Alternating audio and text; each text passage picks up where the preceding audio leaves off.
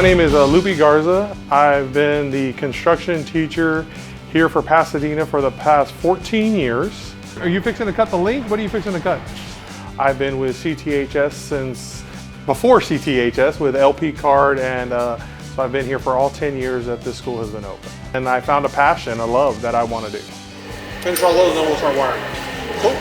The Creative Construction Club, it started in 22, or we started the process of applying for a grant, putting it together, getting it out there to kids, and we've had great results. That could have been a good idea.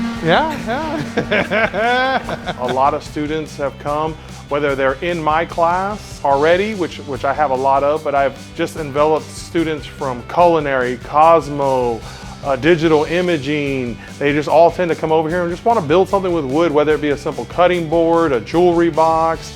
I got a kid, we're building the body for a bass guitar. You know, it's what they have in mind, what they want to do. If I'm willing to try it and then they're willing to try it, we're going to do it.